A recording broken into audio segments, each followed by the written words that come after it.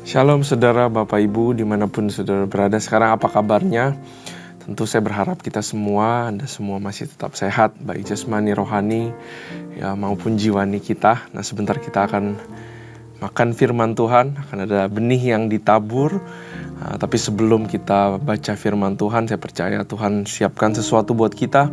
Tapi mari kita masuk dalam hadirat Tuhan melalui pujian dan penyembahan. Mari kita naikkan pujian dan penyembahan kita. Get comfortable with God. Saudara, sapa Tuhan kita dengan kata-kata yang manis, dengan puji-pujian, dengan penyembahan yang berkenan di hadapan Tuhan. Ya Radabashe, datang apa adanya pada Tuhan. Ya Ralaya Radabashe, ini kami Tuhan, ini kami Bapa. Oh,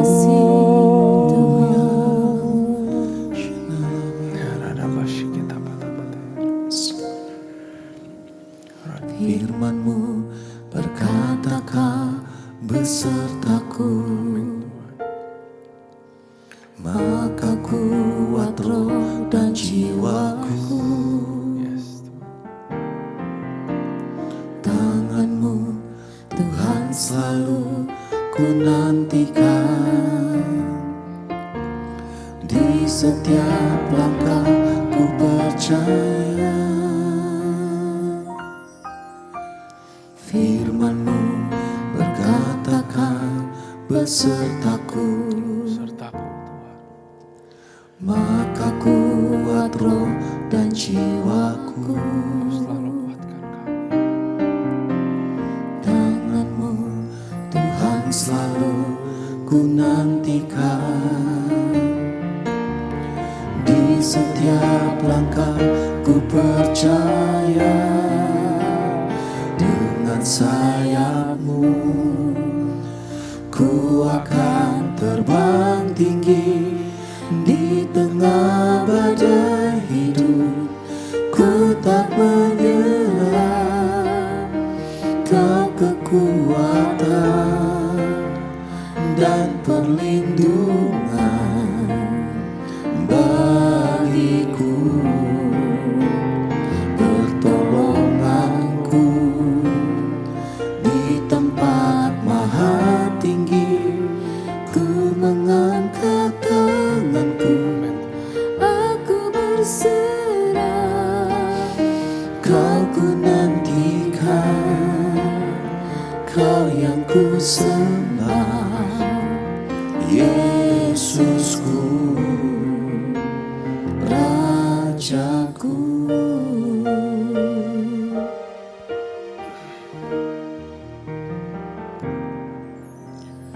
Firman-Mu berkatakan besertaku, maka kuat roh dan jiwaku. Tangan-Mu Tuhan selalu ku nantikan, di setiap langkah ku percaya. Dengan sayap-Mu ku akan terbang tinggi, di tengah badai hidup ku tak menyerah. Kau kekuatan dan perlindungan bagiku, pertolonganku di tempat maha tinggi. Ku mengangkat tanganku, aku berserah. Kau ku nantikan, Kau yang ku sembah, Yesusku. Dengan sayap-Mu ku akan terbang tinggi, di tengah badai hidup ku tak menyerah. Kau kekuatan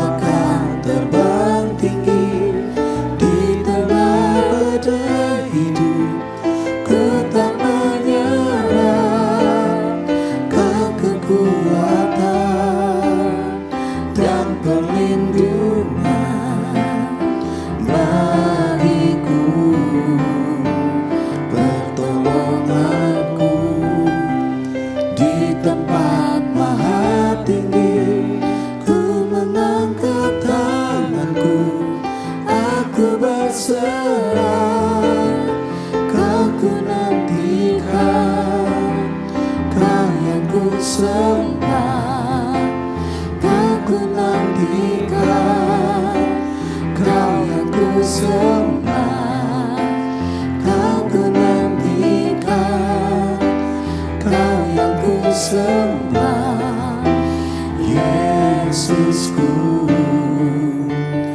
Rajaku.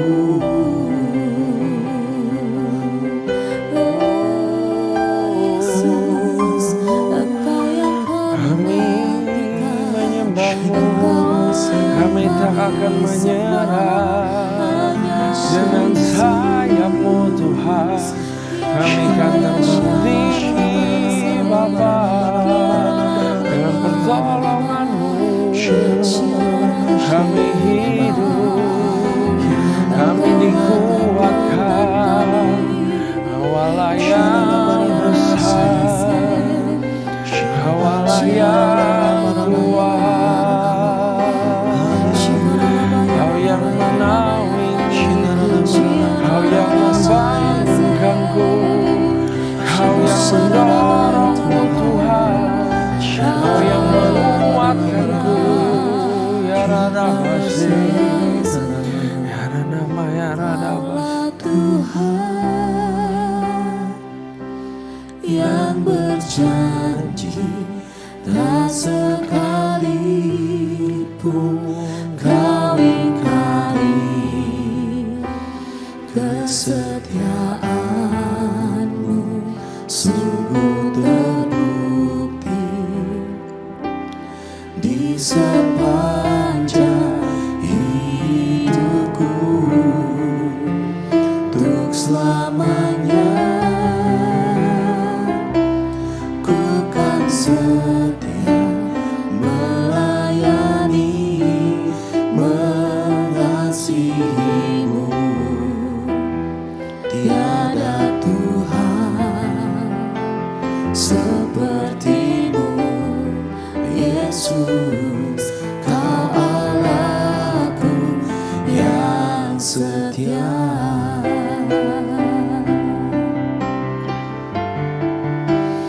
Kaulah Tuhan yang berjanji, tak sekalipun Kau ingkari kesetiaan-Mu, sungguh terbukti di sepanjang hidupku, untuk selamanya ku kan setia melayani, mengasihi-Mu. Tiada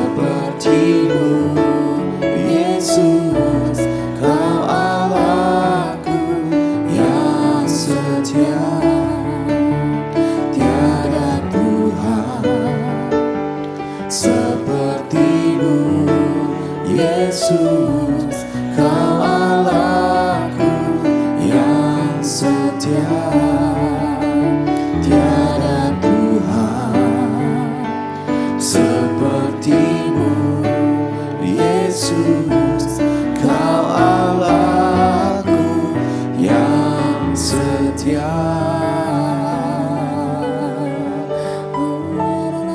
Allah yang setia, Allahku yang baik, Allahku yang penuh kasih. Menyembahmu, bersyukur Tuhan. Bapa, terima kasih buat kesetiaan-Mu dalam kehidupan kami, dalam kehidupanku Bapa, dalam kehidupan kami semua ya Tuhan. Sungguh Kau baik, sungguh Kau termulia. Hanya pujian penyembahan, hidup kudus, mengejar firman-Mu, mengejar hadirat-Mu, mengejar pengenalan dan pengalaman akan Engkau. Hanya itu Tuhan yang menjadi devotion kami, karena Kau terlalu baik buat kami ya Tuhan. Bapa, urapi kami semua, bikin kami siap untuk menerima firman-Mu. Biar kami dengan cara yang benar menerima firman-Mu Tuhan. Supaya benih ini boleh tertanam, ada transformasi, perubahan kehidupan. Urapi lidah bibir hamba-Mu biar boleh katakan sesuatu yang baru Tuhan, yang jauh, yang lebih daripada yang sudah disiapkan ya Tuhan. Berkati telinga kami supaya kami mendengar juga dengan baik. Roh Kudus Kau yang berbicara langsung. In Jesus name, haleluya, amin. Sekali lagi saudara, shalom, salam damai sejahtera sukacita ya buat kita semua. Nah, mari kita buka firman Tuhan. Kita di kitab Mazmur. Kitabnya sangat luar biasa sekali. Menggambarkan kehidupan Daud, menggambarkan karakter Tuhan, menggambarkan bagaimana menghampiri Tuhan, bagaimana menggambarkan sikap hati, fondasi, pujian dan penyembahan di hadapan Tuhan. Nah, mari kita buka Mazmur pasal yang ke-12, saudara. Mazmur pasal yang ke-12.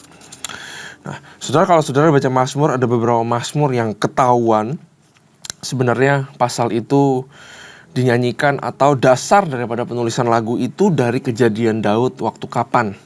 Tapi nggak semuanya itu jelas kapan sebenarnya Daud menuliskan ini ya saudara. Nah, mari kita baca sama-sama Mazmur pasal yang ke-12. Selalu saya bilang bahwa di dalam setiap kita baca pasal demi pasal, saudara, saya rindu saudara bisa merenungkan ini sendiri dan mendapatkan sesuatu buat saudara. Selalu baca judul perikop pasalnya, karena ini akan mengarahkan kita kemana sebenarnya Tuhan mau bicara. Tapi bukan artinya Tuhan tidak bisa berbicara di luar daripada konteksnya ya.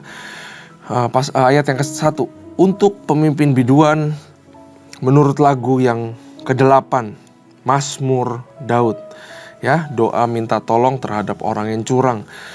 Tolonglah kiranya Tuhan, sebab orang saleh telah habis, telah lenyap orang-orang yang setia dari antara anak-anak manusia. Ya, mereka berkata dusta. Nah, bagaimana Daud menjabarkan orang-orang yang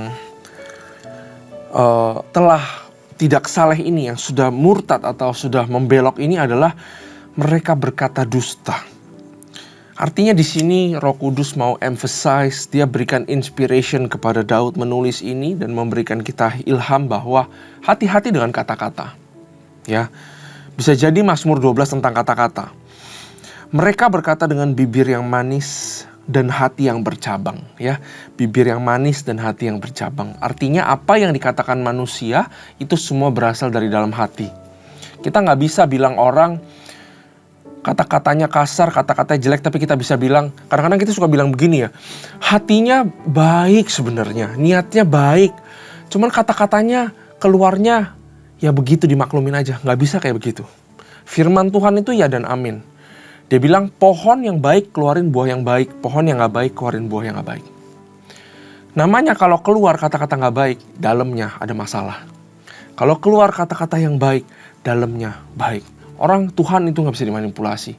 Saya gak percaya itu orang ngomong kata-katanya begitu, keluarnya begitu, tapi terus-terusan begitu. Entar pahit, entar ini. Sebenarnya niatnya baik, sebenarnya orangnya baik, sebenarnya orangnya cinta Tuhan. Betul mungkin niatnya cinta Tuhan. Tapi selalu hatilah, mulutlah itu adalah cermin daripada hati. Ya. Makanya firman Tuhan di sini ayat 2, ayat 3. Di sini juga Roh Kudus mau bilang kepada kita, ya, apakah kita masih termasuk golongan orang-orang yang saleh atau tidak? Tuhan melihat loh, Tuhan mendengar, dan Tuhan sedang menilai bagaimana mulut kita berbicara seumur hidup kita. Ya, apakah kita termasuk orang-orang yang masih saleh, orang-orang yang mempunyai kebajikan, orang-orang yang berkenan di hadapan Allah. Artinya orang-orang saleh, orang-orang yang berkenan di hadapan Allah. Seperti Ayub. Ayub dibilang orang yang saleh. Adalah orang-orang yang dibela Tuhan pada akhirnya. Orang-orang yang dibanggakan Tuhan. Dia bahkan banggakan orang-orang yang mulutnya baik. Orang-orang saleh itu di hadapan semuanya. Seperti Ayub. Ya. Ayat 4, biarlah Tuhan mengerat segala bibir yang manis dan setiap lidah yang bercakap besar. Ya, bukan cuman orang yang suka berdusta, tapi orang yang suka bercakap besar. Artinya orang yang suka meninggikan dirinya sendiri. Bercakap besar juga orang yang suka melebih-lebihkan, taruh bumbu MSG, saudara, taruh garam kebanyakan.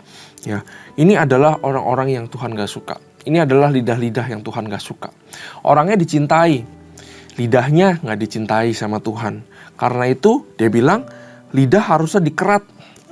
Artinya lidah harus dilatih. Artinya kalau sekarang kita masih bibirnya serong, mulutnya serong, bukan artinya itu akhir daripada segalanya. Artinya harus latihan bagaimana kita berbicara. Tuhan masih menyayangi kita. Satu hari Daud pernah bilang di nyanyiannya, saya lupa saudara tapi di Mazmur berapa. Tapi itu selalu di pikiran saya, gak pernah hilang. Daud di dalam segala keadaan dia selalu bilang begini, Tuhan pasanglah pagar dan penjaga di pintu bibir aku supaya bibir aku tidak mengeluarkan sesuatu yang salah. Daud di sini konteksnya adalah pemazmur. Kata-kata di sini tentu mempunyai satu intensity atau tekanan lebih kepada orang-orang yang berada di dalam pelayanan praise and worship. Harus hati-hati di dalam kata-kata. Tapi bukan artinya orang-orang yang tidak berada dalam pelayanan itu bebas ya. Karena kita semua itu diajarkan untuk memuji dan menyembah Tuhan. Lebih baik kita tidak memuji menyembah Tuhan daripada apabila kita terus berbicara yang gak bagus. Menggosip, dusta, atau berkata-kata yang melebihkan. Berkata-kata yang tidak sesuai dengan kebenaran. Saudara. Ayat 5, dari mereka yang berkata, dengan lidah kami menang, bibir kami menyokong kami, siapa Tuhan atas kami. Ini kata-kata mulut yang menyombongkan dirinya. Mulut yang menyombongkan dirinya adalah pribadi yang tidak tunduk kepada Tuhan. Dan satu hari kita menyombongkan diri dengan mulut kita adalah satu hari kita menyombongkan diri di hadapan Tuhan.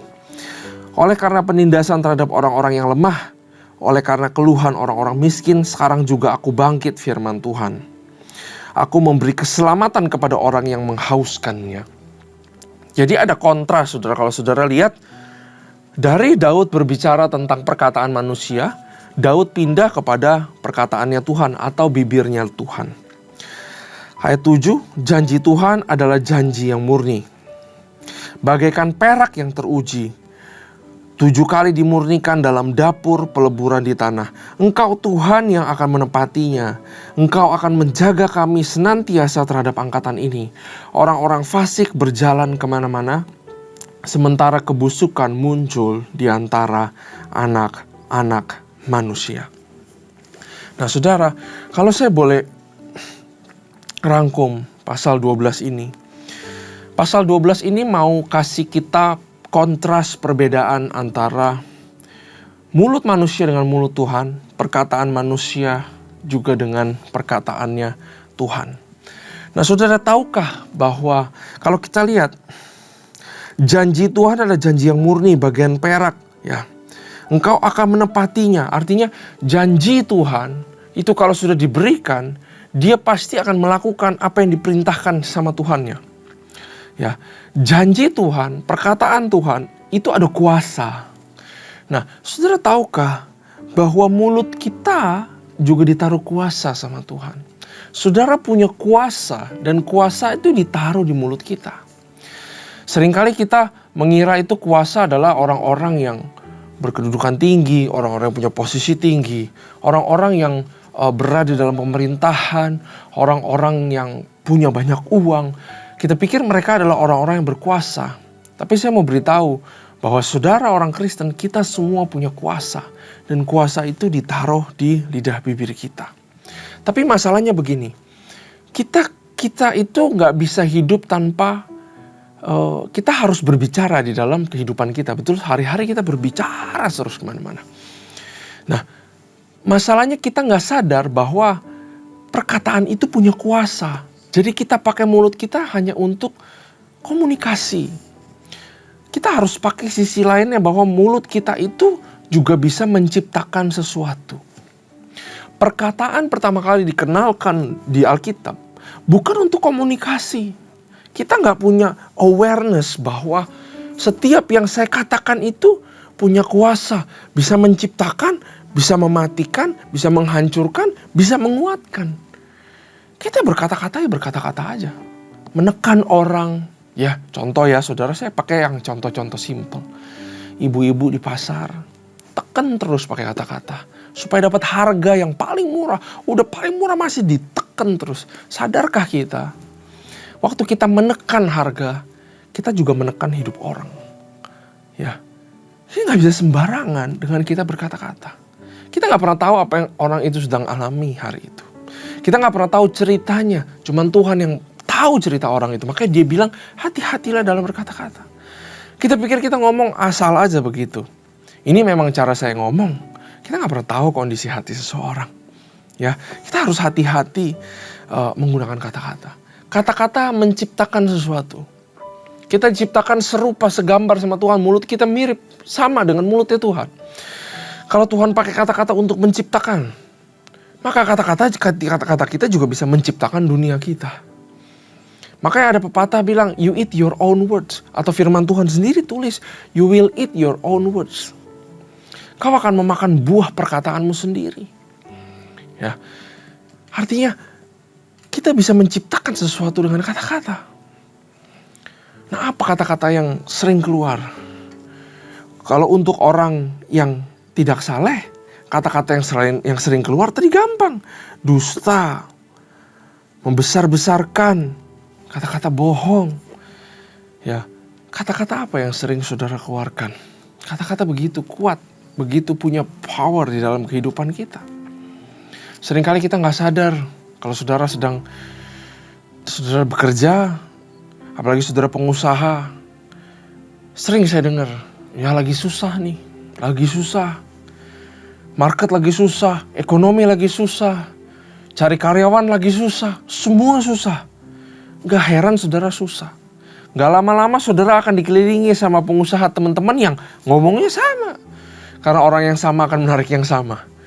Semua orang-orang ini akan bilang, ya lagi susah, lagi susah. Padahal ada juga orang-orang di masa susah yang justru mengeruk keuntungan. Mereka gak pernah ngomong susah, buat mereka adalah opportunity.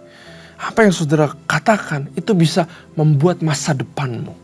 Jadi hati-hati di dalam berkata-kata. Jangan heran kalau anak kamu bandel. Karena saudara waktu kecil ngomongin terus bandel loh. Ini anak saya nakal banget. Nakal banget. Gak heran deh jadi orang yang nakal. Karena perkataan itu menaruh benih kepada sesuatu. Kita harus ingat itu, kuasa di dalam kata-kata. Firman Tuhan berkata, hidup dan mati dikuasai lidah. Betul? Amsal 18:21. Siapa suka menggemakannya akan memakan buahnya. Kalau saudara mau duniamu berubah, dari mana mulai? Dari kata-kata. Saudara mau duniamu berubah. Kalau saya boleh bilang, saudara mau berubah, saudara mau lebih maju, saudara mau duniamu berubah 180 derajat. Ya, saudara gak suka dengan kehidupanmu, ada dua hal yang harus saudara ubah. Yang pertama, saudara harus ubah pikiranmu, itu udah pasti. Roma 12. Ya, ayat 1, ayat 2, berubahlah oleh pembaharuan budimu. Harus mulai dari pikiran. Setelah mulai dari pikiran, dari mana? Dari kata-kata. Karena kata-kata akan menuntun kehidupan saudara ke arah tertentu. Ya. Nah, dari sini kita juga belajar bahwa pohon yang baik akan mengeluarkan buah yang baik. Orang yang baik akan mengeluarkan kata-kata, hati yang baik akan mengeluarkan kata-kata yang baik. Hati yang busuk akan mengeluarkan kata-kata yang busuk. Dari situ saudara bisa berhati-hati dengan orang. Gak semua perkataan orang saudara harus percaya. Tapi menurut saya di zaman sekarang semua perkataan orang haruslah diuji. Semua yang kita nonton dari sosmed, TikTok, semua reels, semua video-video berapa 5, 6, 10 detik itu semua mungkin gak ada suaranya. Tapi itu semua adalah kata-kata yang dimasukin ke dalam pikiran. Gak semua kita harus percaya. Hati-hari kita malah terinfluensi di dalam dunia ini. Gak semua orang kita harus percaya, saudara. Karena dari buahnya lah kita mengenal mereka.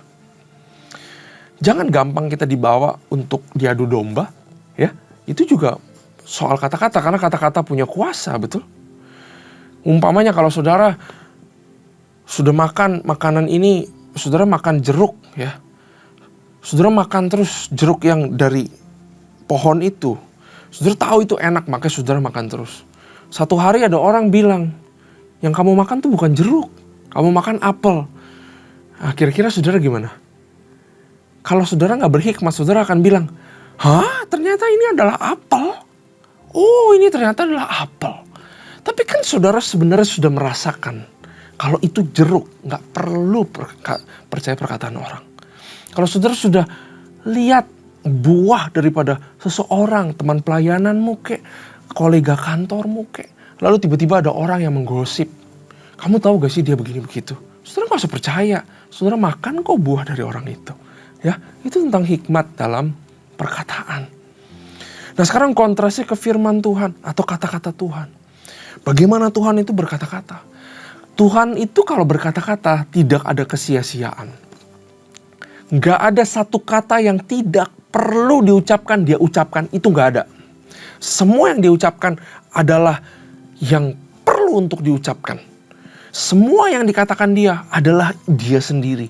Makanya ada firman bilang begini, pada mulanya adalah firman.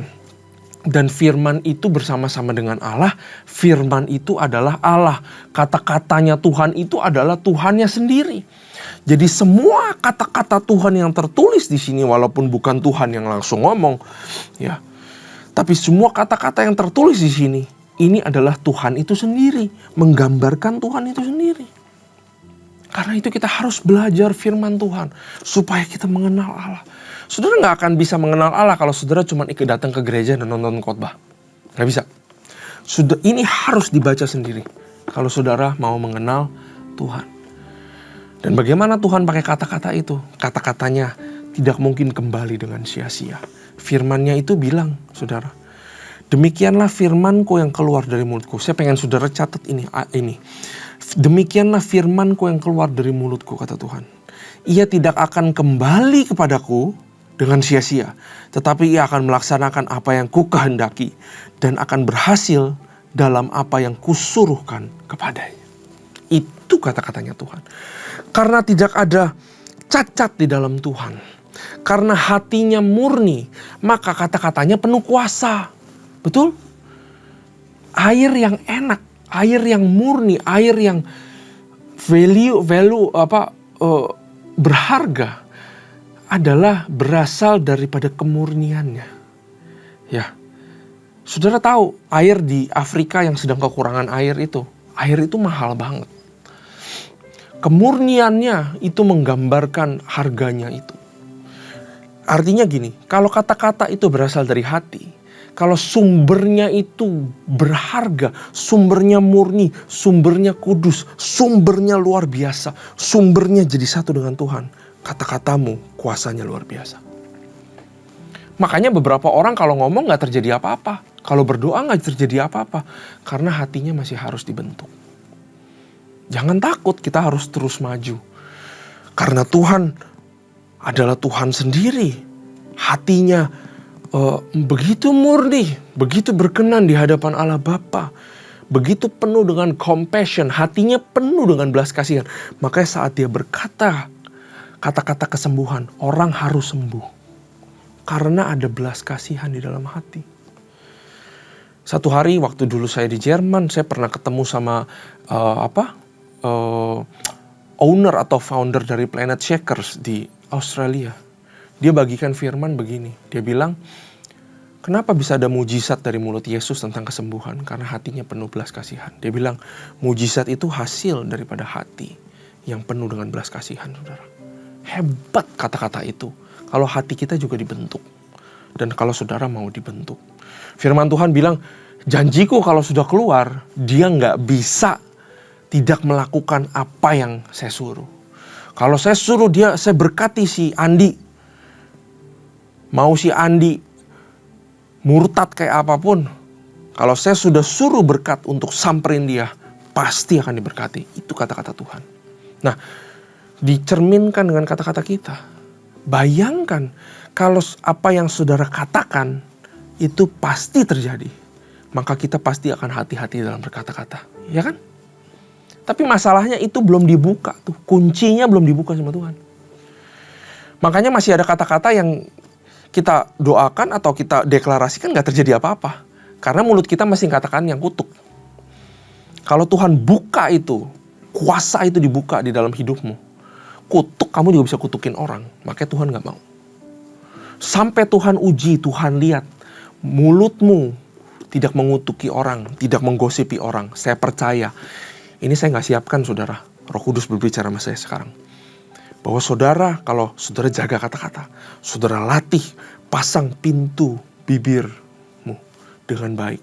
Saudara berhenti gosip, saudara berhenti ngomongin orang, saudara berhenti ini, saudara berhenti itu. Tuhan lihat, satu hari dia akan buka kuasa itu.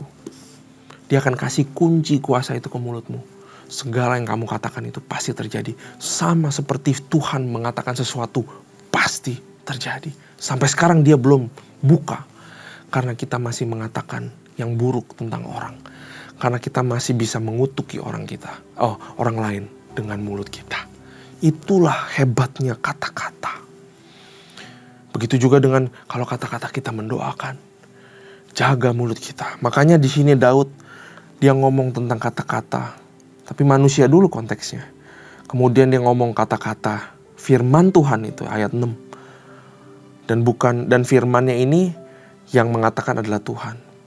Jadi kata-katanya manusia dan kata-katanya Tuhan. Dia bikin dua kontras itu supaya kita belajar bijaksana dengan kata-kata kita. Amin. Mari kita berdoa. Tuhan, terima kasih buat firman-Mu. Ini pribadi jujur menegur saya juga Tuhan. Supaya saya terus menjaga kata-kata saya. Biar Kau yang kuatkan kami dalam kami berkata-kata. Kau yang pasang pintu pagar supaya kami bertobat. Dan kami hanya mengatakan kata-kata yang baik. Dan kami melatih lidah bibir kami. Terima kasih Tuhan buat firman ini. Hanya di dalam nama Tuhan Yesus. Haleluya. Amin. Tuhan Yesus memberkati.